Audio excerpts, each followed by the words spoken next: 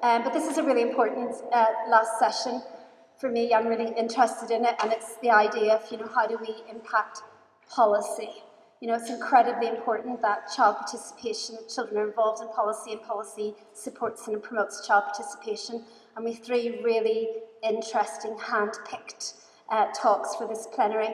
And we're going to start with another visiting scholar who's with us in the Centre for Children's Rights. We're very honoured to have Dr. Naseema Shaik with us from South Africa, and her interest and expertise is in early childhood, and she's working to develop a framework for child participation in early childhood education, and she's going to speak to us about that. So every speaker has 15 minutes. I'm not very nice when I tell you to stop. I'm just going to say you have a minute because I'm conscious of time. So you have 15 minutes. Naseema, please come and join us. Good afternoon, everybody. My name is, as Laura aptly said, Dr. Naseema Shaik, and I'm from the Peninsula University of Technology in Cape Town, South Africa. So, I want to give you a little bit of a background.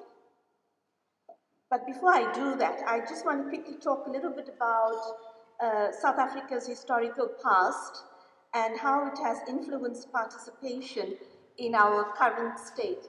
So, before we go a little bit further, I just want to tell you that I live in the mother city of South Africa, known as Cape Town, which has one of the 7 wonders of the world.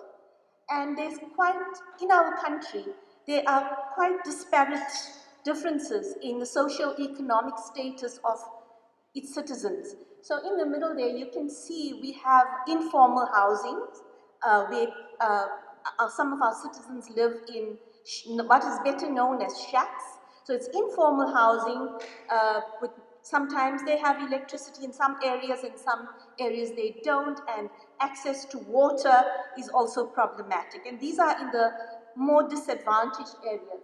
And what you see on the right is an area called QUB, that is, it's a predominantly a Malay area in Cape Town, and the citizens of this area, also known as the Malays, were also badly or severely affected by apartheid. So I just want to quickly tell you about our very prestigious founder of democracy in South Africa, Nelson Mandela, and he said that education is the most powerful weapon that can change the world. And as a child growing up in South Africa, I couldn't go to the schools I wanted to go to, or I couldn't go to the schools that my parents wanted to go to.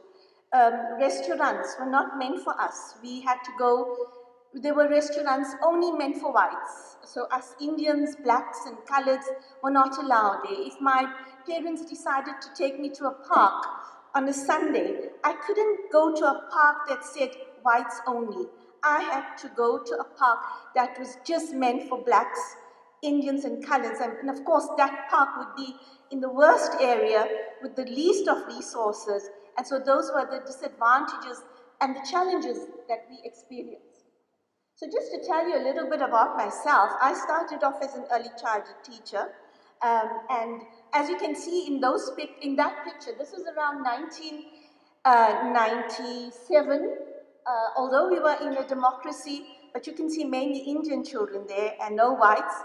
So we haven't really fully realized whilst we have access to schools, access to restaurants and parks, and everything is really free, or everyone has free access, the whole concept of democracy is not really fully realized.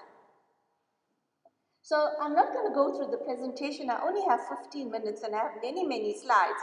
So I'm trying to, I'm wearing roller skates here as I go through, but we're going to try and move on. So just a little bit of an introduction and background to South Africa. We've been in a democracy now for 28 years, okay? And as was alluded to earlier on, it was a big struggle against apartheid that we actually reached. We realized democracy, but it's not realized in its full, it's not realized fully, if I can put it that way, because when we think about democracy, we think about participation as a dimension of democracy. And what has happened really in terms of, whilst the country is, you can call it a democratic South Africa, and we're all very excited and very happy in 1991. It was a momentous time for us citizens when Nelson Mandela was freed from Robben Island. And we were, yeah, we've got our freedom, and you know, we're going to have a better country. But unfortunately, when over the years we've actually looked at how do children, what does democracy in our country mean for young children in South Africa, and how do they participate? And what we found is that whilst we are in a democracy, children's participation is still not high on the agenda. So we have many policies that actually talk to children's participation. The Constitution on its own was was the first policy that provided children with rights and equal rights to voice, to expression, and the Bill of Rights views its citizens as equal participants in every sphere that one could think of. But first and foremost, the United Nations Convention on the Rights of the Child was ratified by South Africa in 1989. And thereafter, we had all the national, the local policies that actually supported children's rights. And Articles 12 and 13 is explicitly indicated in the Bill of Rights, the Charter on the Welfare, on the Rights and Welfare of the Child, and other policy documents. So the policy provision of children's rights is well in place. Once it is well in place, articulation and implementation is highly problematic. So there are many reasons for this. Sorry, I missed a slide.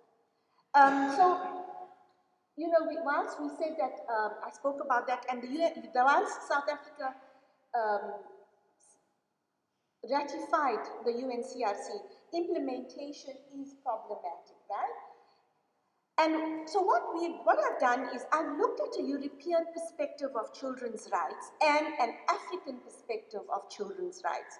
And I'm wanting to see, and what we've found so far is that there is a European perspective on children's rights. And the European perspective focuses on genuinely listening to children's voice. They say that participation must occur from the earliest stages. Also that, participation can contribute to quality, participation is looks at children. It can be also very tokenistic, as hard reminds us, good on paper, but hard to implement. And then I wanted to actually look at the contrast or the comparison between how does Europe perceive children's participation? What are the European perspectives on children's participation? And what is the African perspective on children's participation? Now, as you know, Africa is a very huge continent, and I hail from South Africa. So, but what happens in Africa also affects South Africa. And if you look at the African perspective of child participation, children in Africa need to contribute to the economic activities of their communities. You will hear of child labor, but whilst that is the case, there's a very communal type of approach or understanding of children's participation. And the child in an African perspective is not viewed as an individual on his own. Like I said, he's part of a community.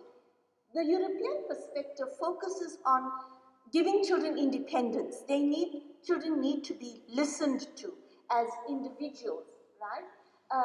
And from a European perspective, children's involvement in economic activities or contribution to the home from an economic perspective is something that is not supported, of course, right?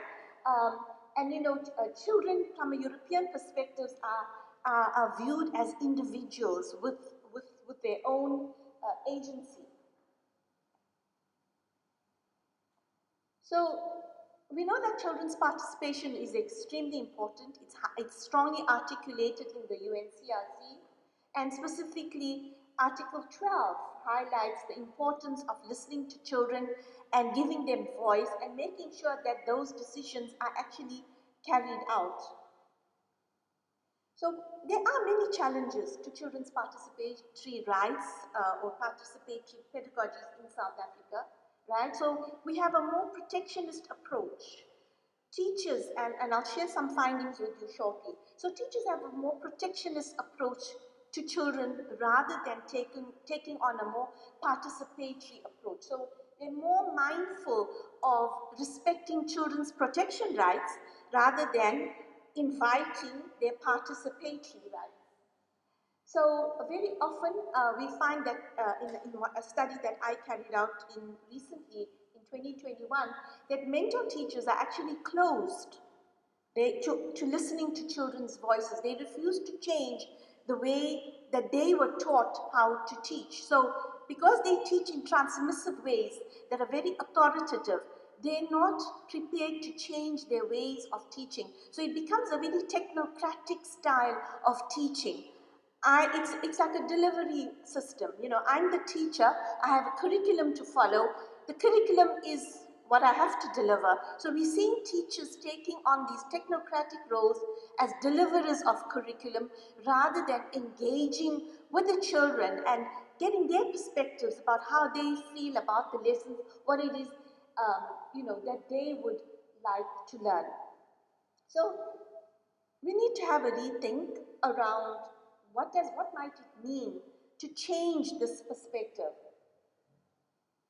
So another problem that we have, whilst we have curriculums to guide teachers on what to teach and how to teach, and as some of you might know, recently in South Africa, we have had a reconceptualization of the birth to four curriculum, what is now known as the early childhood care and education. And in the national curriculum framework of South Africa, we've tried to include participation from a stronger angle where children's voices are respected and their decisions taken seriously. In the CAPS, the Curriculum Assessment Policy document that guides teachers to teach children from grades R, that's the reception year, to grade 3, is curriculum heavy. So when I say curriculum heavy, it is a busy curriculum in which teachers have to teach a lot of, they've got 3 learning areas like language and maths and life skills. But this curriculum is also work heavy, and the conditions that we have in South Africa also create restricting or disabling factors for genuine participation to take place. For example, our teachers are confronted with the ratio of 1 teacher to 40 children. And in some scenarios, some contexts, they might not even have an assistant. Okay? Then we have the problem of children for whom English is a second language, and teachers might not be able to communicate with those children in terms of, but the biggest problem that we have is that there's no political will. There is no political will in our country, unfortunately, and I say it very openly and I'm very forthright about it, even in my publications. There is no political will about driving the participation agenda forward. There is no political will. So it's people like us, as researchers, who have to be activists to make sure the children actually do have a voice. And that comes out in our publications and, pushing local government to actually see the importance of children participating. Oops. Okay, so I'm going to just skip because I've got 2 minutes. So very quickly, we had to, I tried to co-construct that is where I am currently, trying to co-construct a participatory rights framework. And we had some NRF funding from the National Research Foundation. And we had actually, year 1 was to collect data through semi-structured interviews and focus group conversations with young children. and have them take photographs. And some of the, and year 2 was to actually, well, the year 2 was to extend the data collection with children, and year 3 was the co-construction of the actual framework. So what we found is that teachers were unaware of the UNCRC, they're unfamiliar with Articles 12 and 13, they're more committed to children's protection rights, and as I spoke to you, as I indicated, they have restrictions due to a jam-packed curriculum. The children actually told us in the group conversations that we had, teacher makes all the decisions for language and maths. We get to making decisions for art and maybe, art and play activities. So, but at home, it was a different story, because from what they had told us is, Mum asks me whether I want to eat first or whether I want to play first. I tell her I want to eat first. Or, they gave us real examples of how they were able to make decisions at home more strongly than at school. So we've worked with Lundy's and Shear's model, and I've got publications out of both these models. And what I've done is, with Lundy's model, I've actually asked our student teachers to use in what we call in South Africa a work integrated learning, also known as teaching practice. So we send our student teachers out to schools, and they get to, and one thing we wanted to know is, we wanted to know what were the children's feedback or their perspectives on the student teachers' lessons. Because very often we have the evaluators, us adults, that go out to evaluate our student teachers. But the children, who are the greatest audience of the student teachers teaching, they never ever give their impression. And some of the feedback was, we use space, and those were some of the findings, that the teachers, the student teacher said, I would say that her mentor teacher's body language, when she speaks to our student teachers, when she spoke to the children, so, came across as a very assertive figure and somewhat intimidating. Voice, very rarely did I see the teacher ask the children to voice their decisions. And the mentor teacher actually told our student teachers, why do you do that? Why do you ask them for their perspectives on your lesson? We don't do that. Please don't do that. An audience, the student teacher would say, I would listen to the children about how they felt about my lesson, but the teacher, would never do. And influence was the most challenging part for them, because the student said to us, if we had the lesson and they gave the feedback, and I didn't like this, I could never follow it up for them to see that their voices actually had influence. But that was because they were in the territory of someone else that was their mentor teacher. Yes. Sure. All right, no problem. So yeah, that's where I am, and thank you very much. So we are trying to create, based on those findings, we are trying to create a framework for children's participation. And like I said, Shear's and Lundy's model were conceptualized here in Europe, in the UK.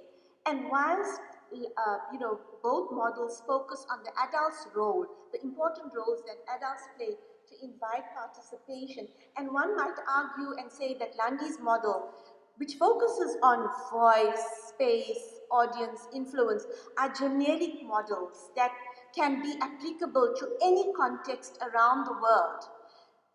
Africa also has its own contextual realities, and those need to be filtered in or added either to Lundy's model to see how it can be conducive to South Africa, or perhaps create a new model. And so the whole aim of creating the model was not to come from a top-down approach and say, this is what we do. We wanted to co-construct it with the teachers and the children from the findings that we identified. Thank you very much.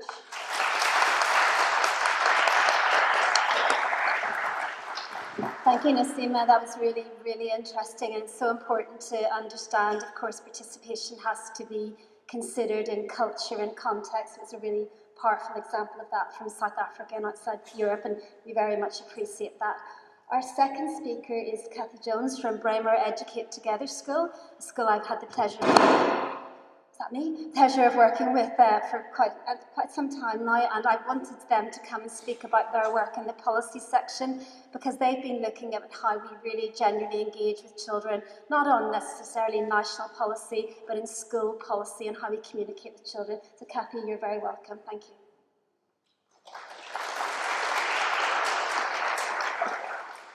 Just say I'm delighted to be asked to present what our students have been working on.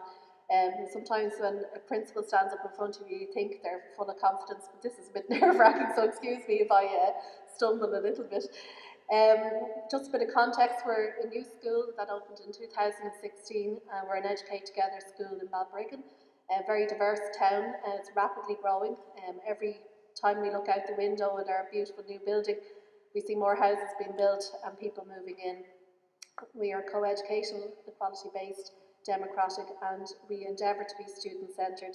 We now have about 800 students. We started with 46, 77 staff, and we have a wide range of extracurricular activities. And why I put that there as a feature that we have is because the students choose those extracurricular activities, and it's the most richest time in the evening when they are participating and staying behind with us in those extracurricular activities. I suppose we're very lucky in that we attended a conference, myself and the Deputy Principal attended a conference such as this, and we sat down. We were late, we arrived doing a coffee, and we sat down at the front table because there was no seats at the back. We were embarrassed going on the the back, everyone could see us with the tea rattling, and we sat down beside Laura Lundy. And we proceeded to kind of get into conversation, and next minute Laura was up on stage talking, and you know, we were like, she's very impressive, you know, kind of. And the conversation we had at the table, I suppose, was we realised we're like-minded in our way of thinking, and we, you know, when a light goes off and a spark happens, you know, we could see that happening. And I suppose we said to Laura, any chance to come out and work with our school? And you know, when somebody's going around doing all the conferences, everyone wants a piece of them, you know, so you're chancing your arm asking, will you come out to my school? And she said, well, I don't really do school visits because I'm doing this, that. And lo and behold, we got a phone call one day, and she said, can I come out to the school? So we did a little dance, and you know, that's brilliant.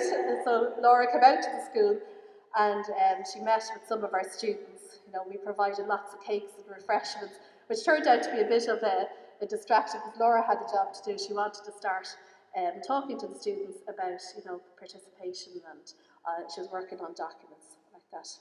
After that happened, we loved it. We thought, you know, she came to visit us and that's it. We got an invitation for our students to go to Strasbourg in 2019. I'll just move on the next one. And just the Council of Europe Conference Redefining Power, Strengths and the Rights of the Child as a Key to Future-Proof Europe. Now that's a big title, and that was an amazing thing to be invited to go for, especially for our students and their families. And it was amazing to see the impact that invitation and being asked, you know, do you want to go and attend this, had on the school community, the students and the family. So our two students went out and they spoke on things that were very important to them around their child's rights, so poverty, racism, and being part of the LGBTQ plus community.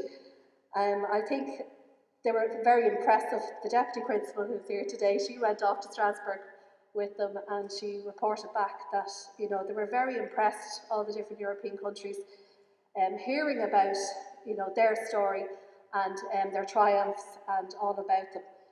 So again, we thought we've had a wonderful experience, and you know, what can we do to encourage more student voice in our school? And with that, COVID happened. And you know, COVID, everybody shut down, schools shut down. I ran out of the school with my printer, my iPad, the whole lot out under my arm, and we tried to grapple with the reality that was in front of us. And then I got an email from Laura saying, you know, we'd love to meet with the students online to do a child-friendly document for the European Union's plan for children's rights. And I said, okay, we could do that. You know, there are children that maybe haven't engaged in school, or they haven't engaged in online activities, or there are also children that have engaged. So I put out the call to see who would like to get involved in this activity. I didn't really know what we were doing. I trusted Laura, I think.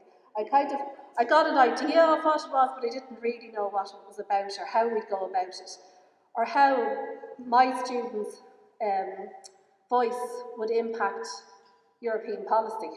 So we had our first meeting.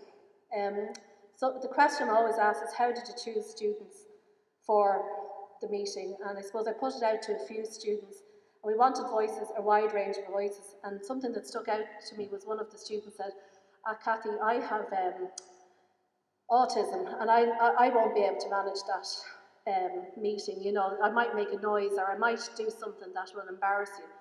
And I said, well, I've asked you for a reason. I think your voice is very valid. If you want to try it out, try it out. If you don't, that's okay too. I gave the details of the meeting. I spoke to the parents as well to get their permission. And I said, look, if you want to come on and have a look and see what we're doing, there's no pressure. You can sign out if you don't like it. So the invite went out to all of the students, and we came to the day, we turned on the computers. I was sitting there, and then a lot of blank screens came up because they still weren't ready to show their faces. I think maybe one child showed their face. And you know, the initial teacher reaction is, oh, Janie, now they better turn on those screens because it's Laura Lundy, and you know, they have to be working here and this. And then I was like, Kathy, calm yourself down. You know, the students are not comfortable to be turning on the screens, even though they did yesterday with me.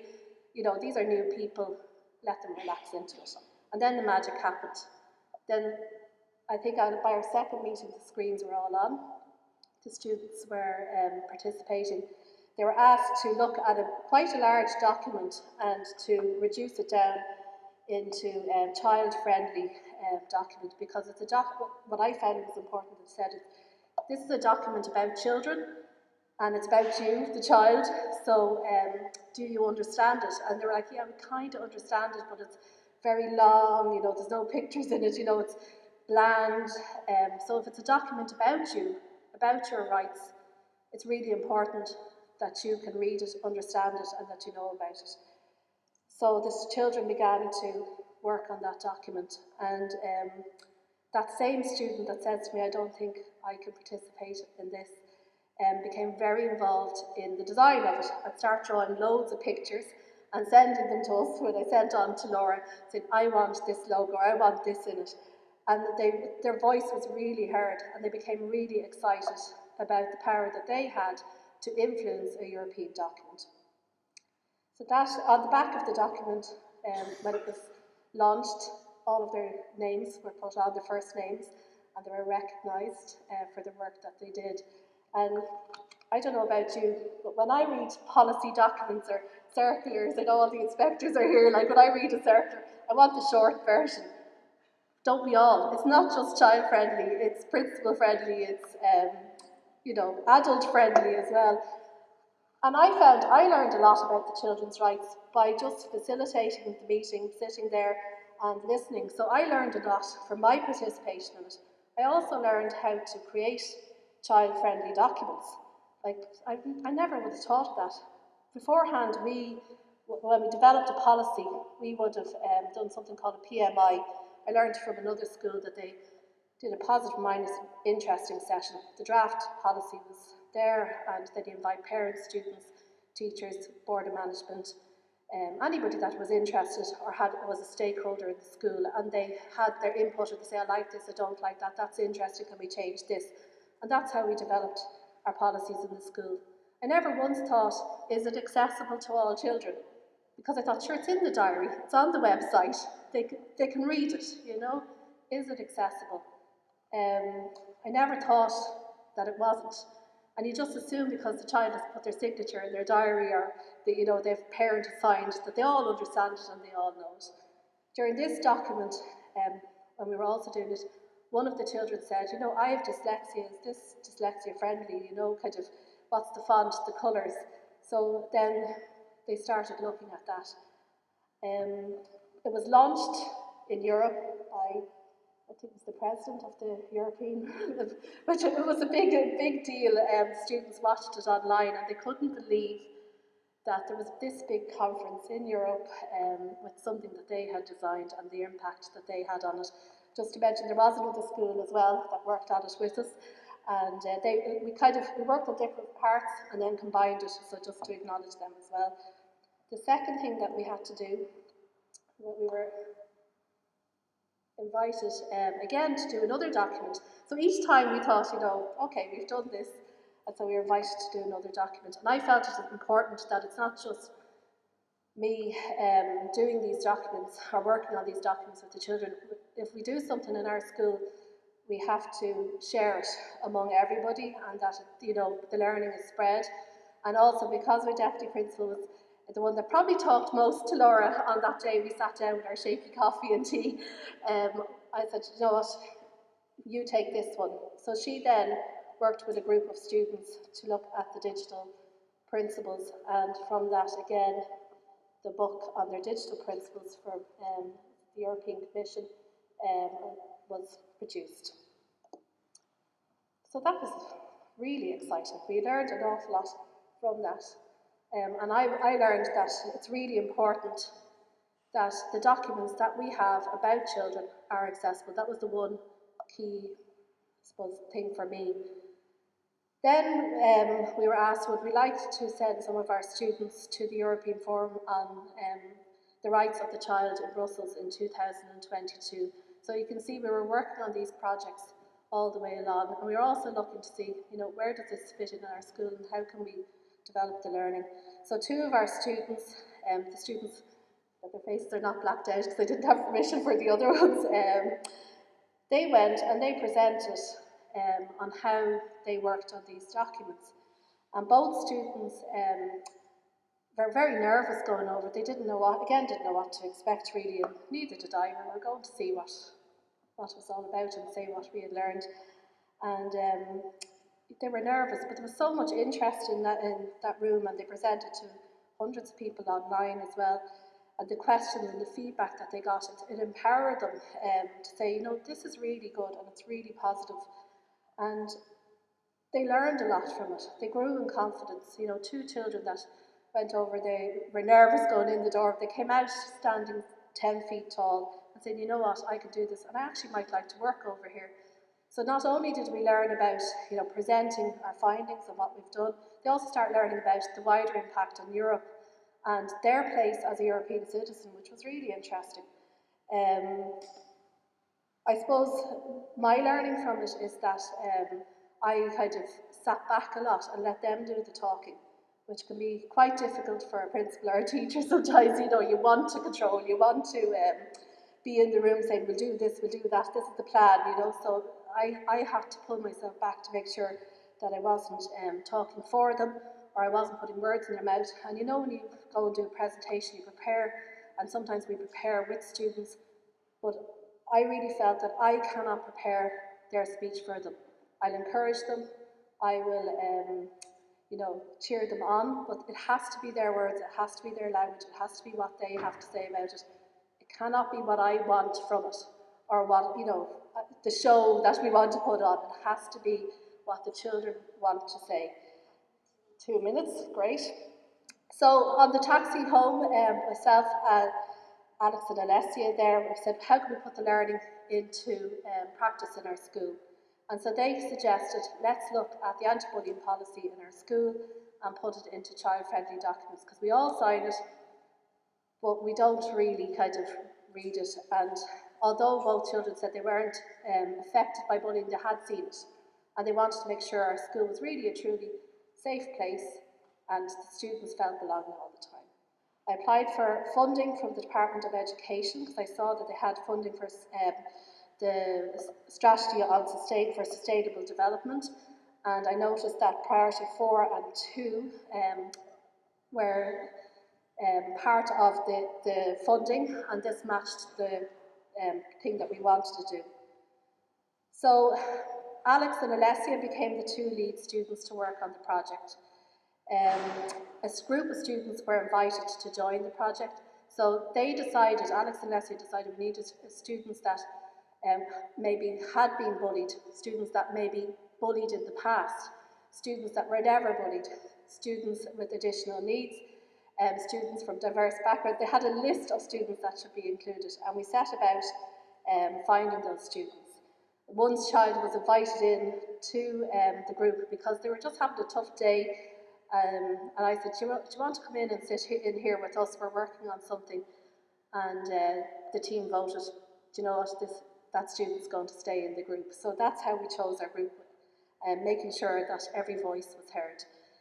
The students, we got funding for lunches from the Sustainable Goal funding, and so we fed the students, and there was a big discussion around chicken rolls and lasagna and what we'd have, you know, what they liked for lunch. They started to collect the lunch and be responsible for the lunch. I didn't have to ask them, you know, they were like, Kathy, the lunch is in the meeting room and see you on Thursday, or, you know, they were there every Thursday. They came to meet me. We went up to visit Queen's University, and the students presented their ideas to a visiting student from a local school. They also, we invited in a graphic designer. That was kind of hard because graphic designers were like, I'm not going in to talk to a group of student kids, like, you know, to create a document about anti-bullying, and they were a little bit nervous about it. And I was surprised by that, coming from a design background myself. I thought, sure, you know, this is good, it's work, you know, you're getting paid for it, and we have funding for this. But eventually somebody took on the challenge to come in, I suppose, and meet with the students and see what they wanted in this document and how they wanted it to be designed. So I'll scroll through some of the things there. Yeah, I'll wrap up. I'll show you the document. There's some of the work that they did. They got from our policy online and from our website, and they kind of tore it apart. And what's really important? What do we want the children to know? That was the first draft of it. You can see they scribbled all over it. They didn't like this, they didn't like that. They wanted it more professional. Some of the things that they were saying, like, you know, it includes links to community action, I like this design, I like, you know, the font, or I don't like the colours, and I don't like this word, and we need to change that word back. And, you know, we don't need to simplify it because we understand that word. We had a celebration, and then the document, I'll just go to that, the finished document is there, and we have thanked all of the students and Laura on the back, which hasn't seen it yet, for their participation in it. And they decided to have a little mascot there. But this is the hardest part for me to stay out of, because you know, graphics and art and crafts would have been my thing, and I'm a bit of a control freak around doing documents like that, so I had to stay out of it. But they were like, we want the blue, we want the little mascot there to show, you know, this is our thing. And they put what really was important to them from the anti-bullying policy. I suppose we want to do more documents, and we want to kind of expand this, that it's not just a once-off. I think this is something every school can do, and I'm delighted to hear from St. Aidan's Community College there. I think that's something we would love to do as well at our school. Like, there's so many options. When a light bulb goes off, when you sit down at the right table and somebody opens the door for you, and then the students start opening doors for you and saying, you know, this is what we want to get involved in. And they turn up every week, they turn up every day, and they come in and following September going, are we having a meeting? When are we presenting this to the rest of the school? You know, like, the possibilities are endless. And, you know, as a teacher, why did we not do this years ago? That's my big thing. Why did we not do it? It's not always easy, it's rewarding. And make sure that you include everyone's voice, not the compliant student, the best speaker, you know, maybe somebody that has poor literacy levels, or, you know, that verbally they're not very strong, or they're just quiet. Make sure they're in the group. Don't jump in. Provide food. It does worse. I suppose it's all there. That's it. Thank you, and I'm sure, I hope you find that just as inspiring as I found it. It seems, as Kathy said, so obvious we should do this in school policy, but it wasn't until someone did it. And the learning I took whenever the Bremore crew came to Queen's was I asked them, how many of you have read the bullying policy? And not one child had.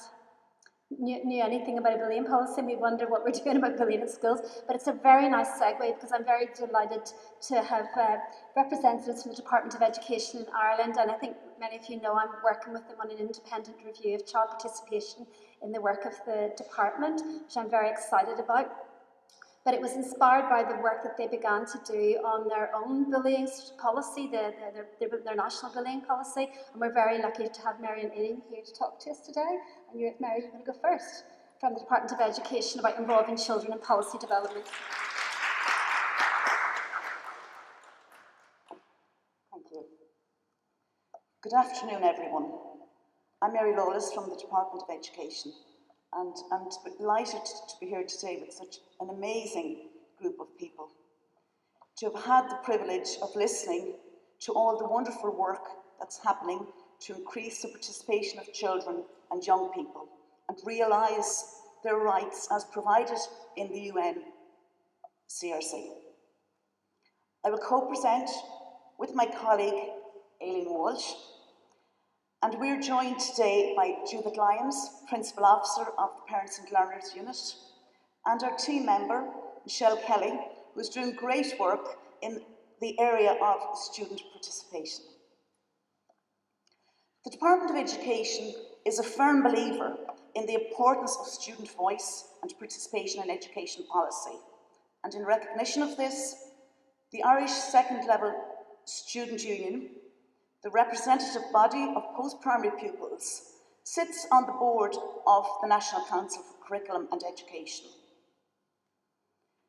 As we heard earlier, this is the body which advises on what students learn in schools, how they're taught, and how they're assessed. You've already heard from Dr. Suzanne Keneally about the great work the Department Inspectorate have been doing to ensure the participation of children and young people in the inspection process.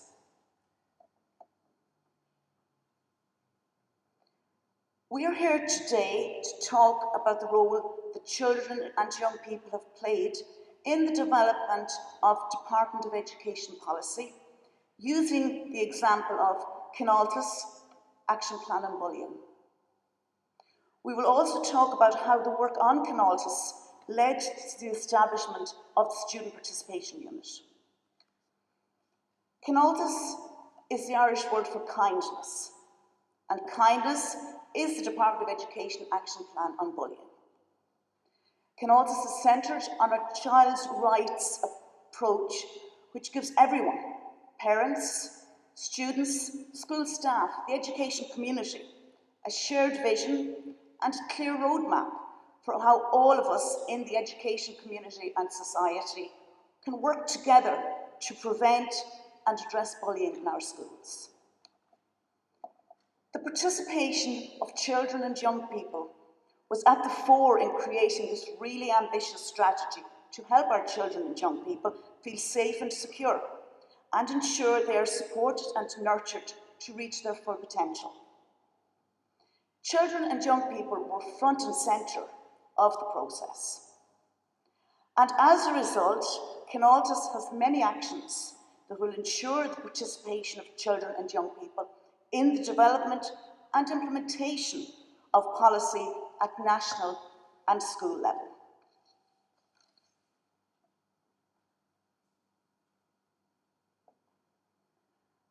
Our approach to consultation, Kinalta's was developed following a really extensive consultation process, which included over 4,600 responses to public consultation questionnaire, 78 written submissions from individuals and stakeholder organisations.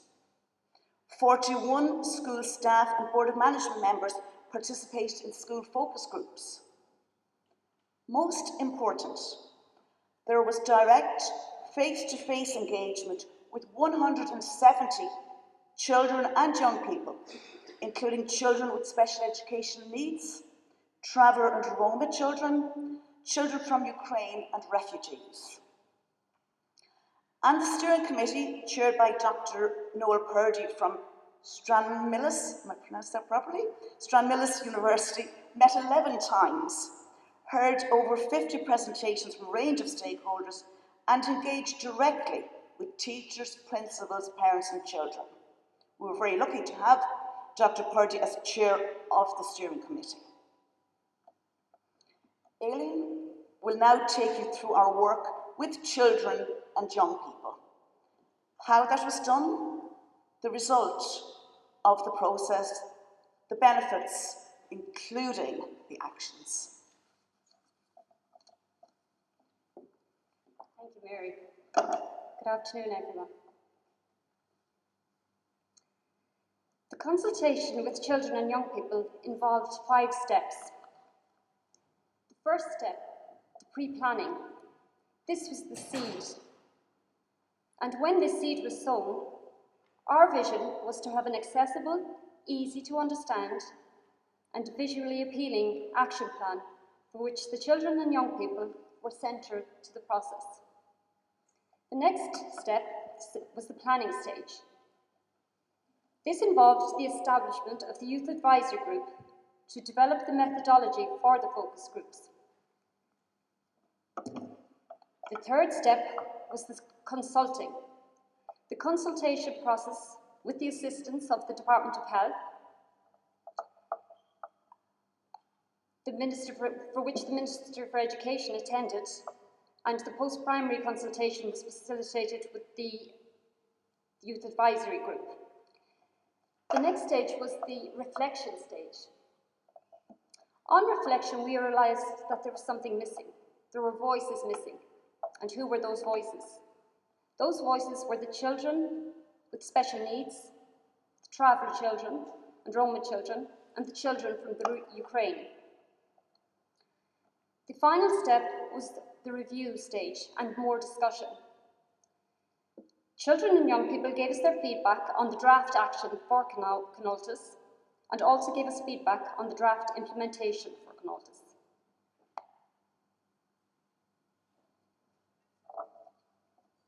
A picture tells 1,000 words. Children happily drawing and doing what they do best, painting a picture for us, an image for us, of what they would like their school environment to be. A place where every single child and young person feels welcomed, valued, and understood. We really tried to capture the beautiful visuals and artifacts that the children created.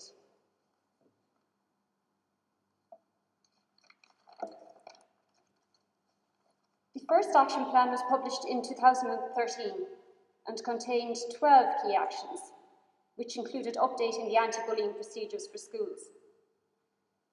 In November 2022, Canoltas Action Plan on Bullying was published.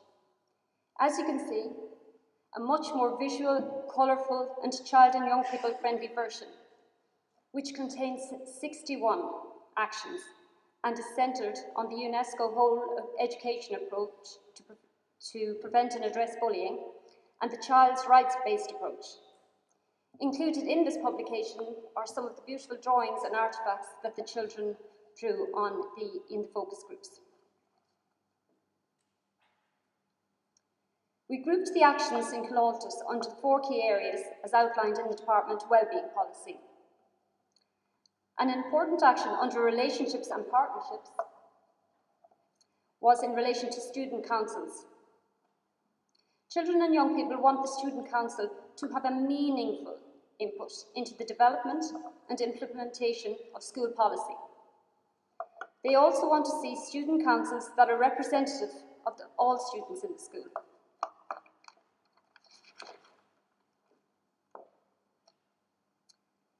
This is our visual for Canoltas, the Department of Education roadmap for preventing and addressing bullying. The roadmap for Canoltas shows the 4 key principles: prevention,